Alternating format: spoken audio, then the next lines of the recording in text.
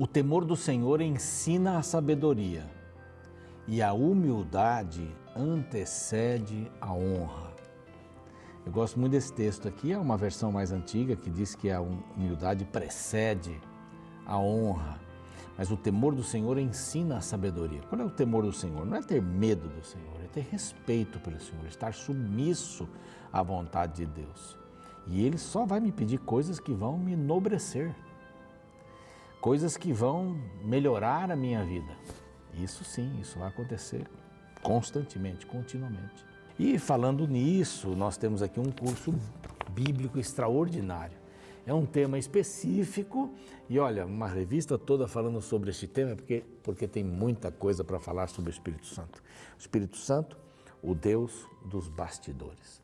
Essa revista é gratuita, você vai recebê-la em casa, no escritório, onde você desejar, basta ligar para esse número. Você liga, dá os seus dados, onde você quer receber e gratuitamente você receberá essa revista, tá bem?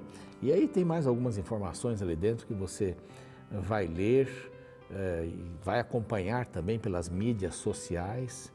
Eu tenho certeza que você vai gostar muito. Anote esse número para oferecer para os seus amigos também. Eles vão adorar estudar a palavra de Deus. Você que está no YouTube com a gente, muito bem-vindo também. Que bom que você nos acompanha aí. Temos um grupo bastante grande que todos os dias envia mensagens, oram uns pelos outros. Tenho certeza absoluta que Deus está dirigindo a palavra ao seu coração. E você tem sido uma bênção também em ajudar as outras pessoas. Não se inscreveu ainda no nosso canal? Olha aqui. Reavivados por sua palavra NT. Esse é o nosso canal. Ali você se inscreve, clica no sininho, dá o seu like. O sininho é para ter as novidades, né? E compartilhe o programa também, porque você estará pregando a palavra de Deus. Nós também temos nosso conteúdo no NT Play. São várias formas de você estudar a Bíblia Sagrada. Estamos começando a fechar esse ciclo do dilúvio, onde Noé recebe a ordem para fazer a arca. Deus fala sobre os animais que deveriam entrar ali. Ele constrói a arca, entra e vem o dilúvio. Depois ele sai da arca e louva a Deus. Faz um altar, né? Um altar elevando a Deus honras e louvores. E agora nós entramos no capítulo 9. O capítulo 9 vai falar sobre a aliança de Deus com Noé. É um capítulo muito bonito também, é um sinal da aliança, que é muito importante. E a gente vai falar sobre isso logo após o intervalo. Fique aí, que eu vou estar esperando você aqui, tá bem?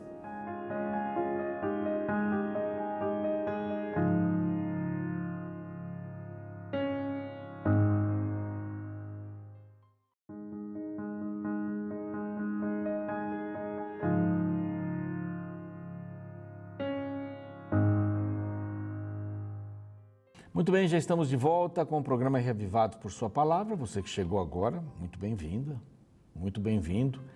Estamos estudando hoje o capítulo 9 de Gênesis. Ele começa bem, fala da aliança e ele termina com uma coisa um pouco chata que aconteceu. Mas é assim, por isso eu gosto da Bíblia. A Bíblia mostra o melhor e o pior das pessoas. Ela não mostra só a vida de santos, de que não falam coisas erradas, que não fazem coisas... Ela mostra a realidade. E aqui vem uma realidade bastante negativa. Mas a gente tem que aprender com isso. Muito importante a gente aprender com esta situação que Noé passa também. Mas é um título aqui, Vida, esse é o título que eu coloquei nesse capítulo 9, é um recomeço, né? Depois que Noé levanta um altar para Deus, isso era como se você construísse uma igreja hoje. Você coloca um altar, o altar fica ali, a pedra fica ali. Ninguém mexe naquele altar. Mesmo que ele seja feito para um Deus que você não conhece. Um Deus pagão, lá, qualquer Deus. O altar era dele. Então ninguém mexe ali. Não pode mexer. Dessa forma, ele constrói um altar para adorar a Deus. Foi o primeiro altar que ele construiu depois do dilúvio.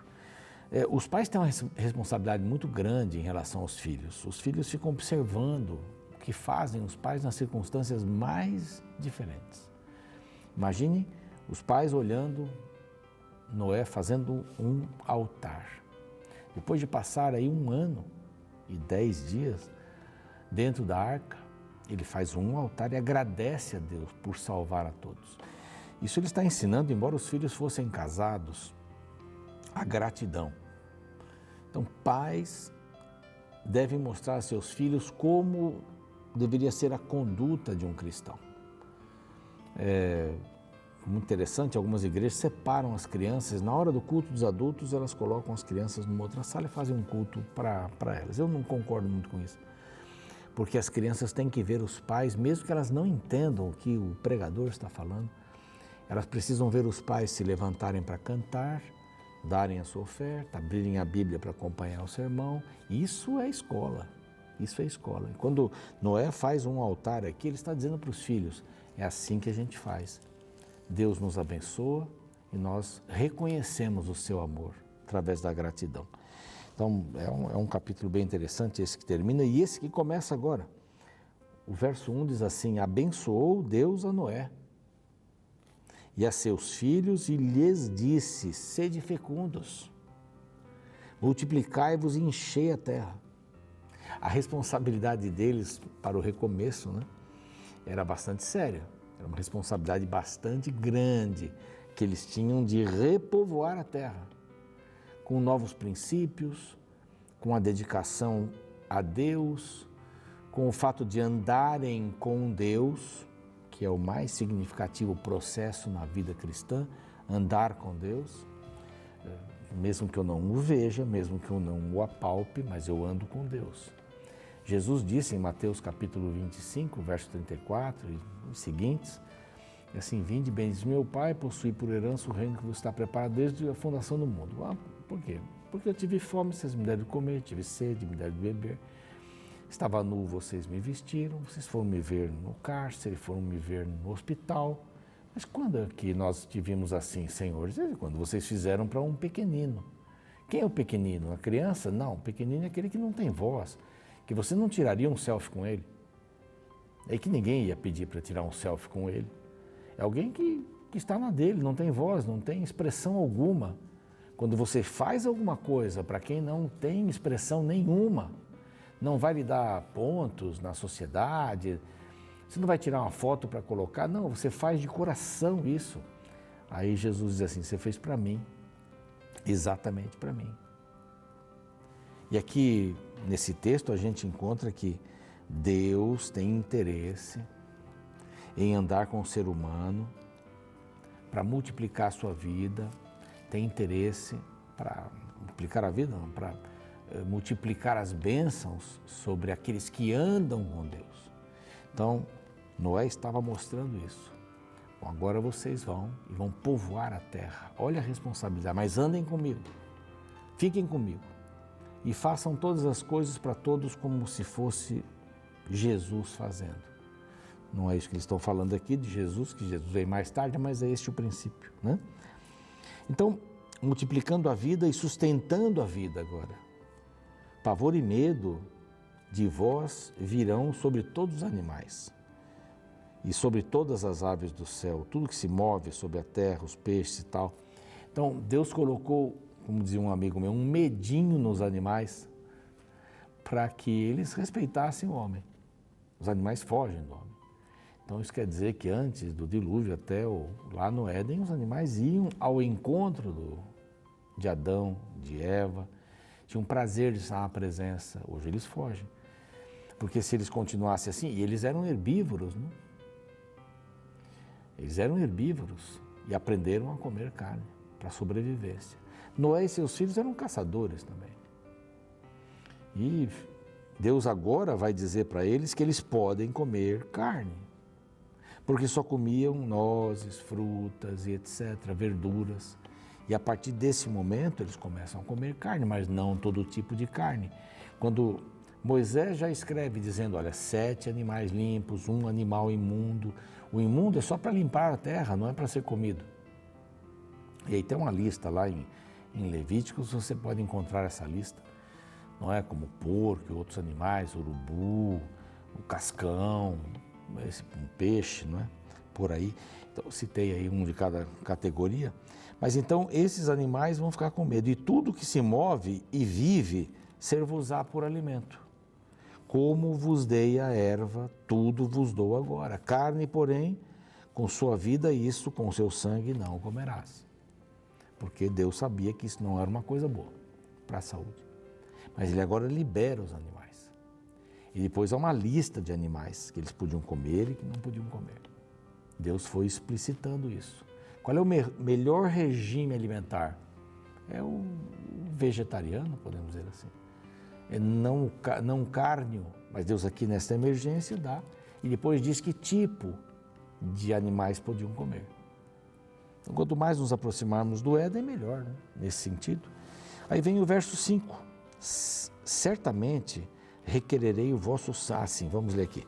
Carne, porém, não deve comer, certamente eu vou requerer o vosso sangue, o sangue da vossa vida, de todo animal, o requererei, como também da mão do homem. Sim, da mão do próximo de cada um requererei a vida do homem. Se alguém derramar sangue, verso 6, do homem, pelo homem se derramará o seu. Deus fez o homem segundo a sua imagem. Então, sabia que já tinha havido essa questão de corrupção, de violência e tudo mais, e ele reafirma que o sangue dos animais não deve ser comido. E eu vou brigar por causa disso. Não quero isso. Vai comer, mas então sangra. E você vê que até hoje nos lugares onde os animais são sacrificados, frigoríficos e tal, para judeus, existe a sangria. Isso é importante. Não é só a carne a comida. Então ele diz aqui que vai requerer o sangue, inclusive daquele que matar o seu próximo. Há vários níveis, há várias instituições aqui. Uma das instituições é o casamento, outra é o governo, a outra é a igreja. Cada uma delas tem regras que devem ser seguidas. Como não havia naquele tempo poder público, judiciário e tudo mais, então a própria família deveria levar diante dos mais velhos aqueles que cometessem delitos. E aqui é um delito de morte. Mais tarde, como já disse aqui, haveria 6 cidades de refúgio para aqueles que matassem sem querer. Um acidente, alguma coisa assim, eles poderiam ir para lá. Porque a família daquele que era tirado poderia e deveria levar o acusado diante dos juízes daquela época, que eram os mais velhos. Então Deus usa regras para o casamento, usa regras para a igreja e regras para o governo também. Você pode ver que não há governo hoje que se espelha numa lei que permite a matança das pessoas. Isso é uma coisa que está bem estabelecida na sociedade. Pessoas que tiram a vida são levadas a juízo, para ver se foi isso mesmo, o que aconteceu e tudo mais. Naquele tempo, Deus já deu ordem, não façam isso, porque eu vou ser o juiz. Deus fez o homem à sua imagem, disse Moisés aqui, mas sede fecundos e multiplicai-vos. Eu não quero tirar a vida, eu quero que vocês deem a vida, que vocês possam ajudar as pessoas a terem vida abundante. Então tenham filhos, multipliquem, povoem a terra, multiplicai-vos nela. Eram apenas 8 pessoas e elas precisavam se desenvolver nisso. Deus disse também para Noé e para os seus filhos, no verso 9 agora, para que eles desfrutem da aliança. Eis que estabeleço a minha aliança convosco e com a vossa descendência, com todos os seres viventes. E que ele menciona de novo, aves, animais domésticos, selváticos, que saíram da arca como todos os animais da terra. Todos os animais. Deus faz uma aliança com o homem e com os animais. São a sua criatura, respeito com os animais, né? Ele vai estabelecer a aliança, verso 11, estabeleço a minha aliança convosco, não será mais destruída toda a carne por água de dilúvio. Isso nunca mais vai acontecer, isso é a palavra de Deus. Então é bom acreditar na palavra de Deus. Nem mais haverá dilúvio para destruir a terra. E este vai ser o sinal, no verso 12. Qual era o sinal, né? É um arco. No verso 13 diz, porei nas nuvens o meu arco. Será por sinal de aliança entre mim e a terra. Há vários arcos que foram vistos, né? Noé aqui viu o primeiro arco, Ezequiel vê o arco também quando ele vê a presença de Deus, e João também, capítulo 4, se eu não me engano, quando ele vê o trono de Deus e vira um arco-íris. Interessante isso, Deus confirmando a sua promessa com o homem, de que não haveria mais destruição. É o Deus da palavra. Esses vários profetas viram isso.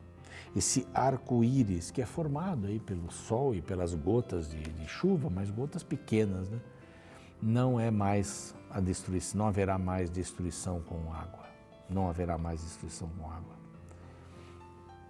A destruição final vai ser com fogo. Essa destruição que é o juízo retributivo, mesmo que ocorreu aqui, mas lá no final. Então me lembrarei da minha aliança, firmada entre mim e vós e todos os seres viventes de toda a carne. A repetição de Deus, ele não precisava dizer que estava fazendo um acordo com todos os animais. Imagina, Deus faz um acordo com o homem e está pronto, mas são todos criaturas de Deus, o respeito que a gente tem que ter por esses animaizinhos, né? Todos os seres viventes não vão mais destruir toda a carne. Verso 16, o arco estará nas nuvens, vê-lo-ei e me lembrarei da aliança eterna entre Deus e todos os seres vivos, de novo, aqui.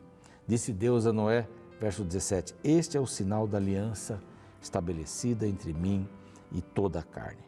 Aí vem um momento, uma tragédia familiar. Aqui vem o resto da história. Dentro dessa experiência, tem que ligar toda hora meu celular que ele está caindo a bateria aqui. Mas dentro dessa experiência toda, Moisés, lavrador também, plantou uma vinha, verso 20, bebeu do vinho que estava fermentado e embriagou-se. Não tem nenhum problema beber da vinha quando o vinho não está fermentado. Mas ele bebeu com vinho fermentado, o vinho fermentado e embriagou-se. E por causa desta falta de visão das coisas, essa perda, né, de visões das coisas, ele se fez nu, ficou nu. E começou a fazer algum barulho lá dentro da tenda. Né? E Cã, né, o pai de Canaã, Cã, um dos 3 filhos, vendo a nudez do pai, fê-lo saber, fora aos seus irmãos também. Então, aconteceu alguma coisa assim que até muitos não entendem. Um filho não deveria ver a nudez do pai, ponto. Isso era um ponto. Se o pai estava embriagado, ele começou a ouvir barulho, ele deveria dar uma espiada. Bom, o pai está embriagado, está nu. O que deveria ter feito Cã naquele momento? Deveria ter pego um pano, um lençol, um cobertor e coberto a nudez do pai. E ponto. Só que ele falou com o pai, foi e falou com os irmãos também. E assim, o que dá para imaginar aqui é que Cã ficou rindo do pai, olha aí.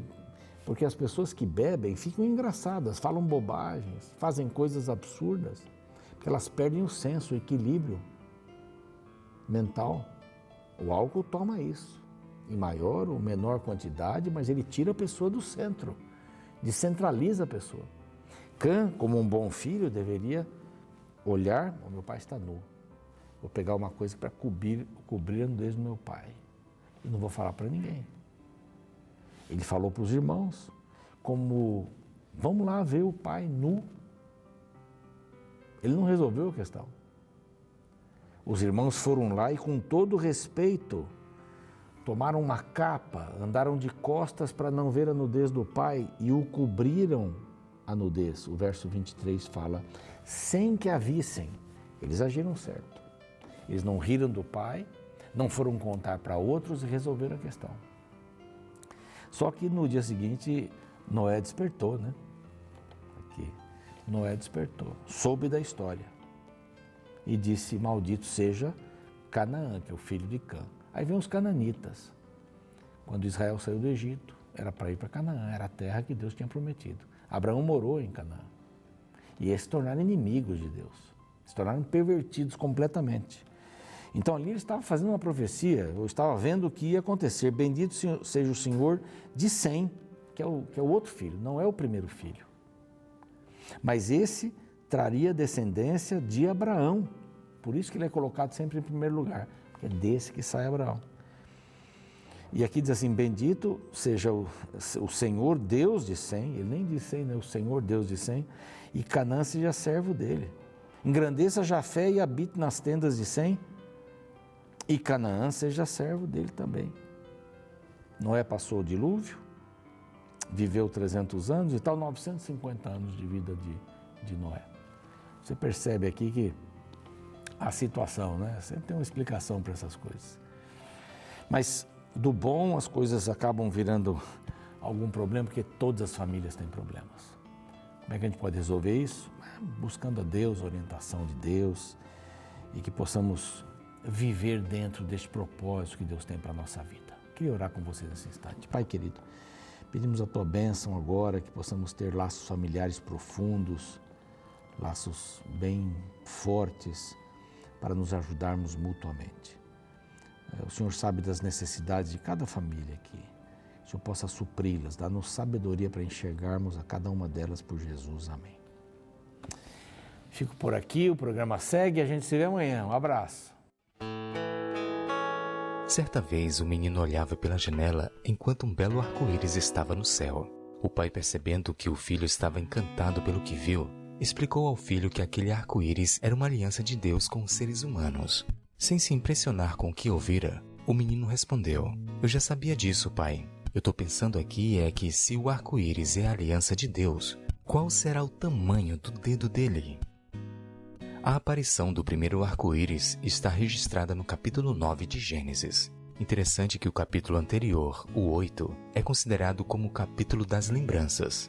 Primeiro Deus se lembra de Noé e de todos os animais guardados na arca, fazendo soprar um forte vento sobre a terra e baixando as águas do dilúvio. Depois Noé se lembra de Deus erigindo um altar e oferecendo a ele um holocausto de animais e aves limpos. Como resultado desse ato de adoração, Deus lembrou da humanidade prometendo que não mais amaldiçoaria a terra por causa do homem.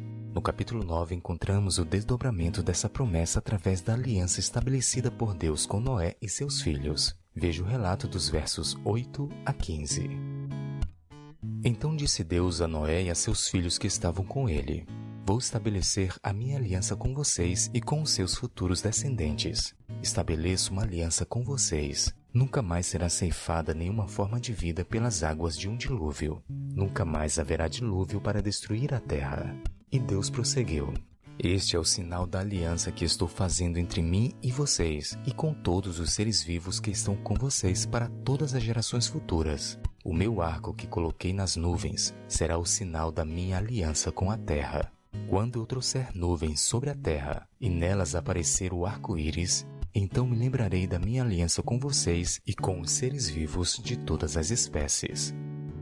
Os arco-íris são formados pela luz solar filtrada pela água no ar. Cada gota transforma-se num prisma e separa as cores presentes na luz branca do sol. Esse fenômeno da natureza foi escolhido como símbolo da aliança de Deus com Noé, representando o penhor da graça divina para a humanidade. O arco-íris é encontrado nas nuvens de modo que todos podem enxergar. Ele foi colocado no mesmo lugar onde jorraram as chuvas copiosas do dilúvio e tem as cores variadas para representar a multiforme graça de Deus. Esse sinal não ficou restrito para aquela geração, pois se trata de uma aliança eterna. É interessante notar que a Bíblia relata o arco-íris sendo observado em 3 circunstâncias diferentes. Noé viu depois da tempestade, Ezequiel no meio da tempestade e João depois da tempestade. Isso nos ensina que não importa se observamos o arco-íris antes, durante ou depois da tempestade da vida. O importante é que, pelos olhos da fé, possamos enxergar nesse sinal as promessas da aliança de Deus.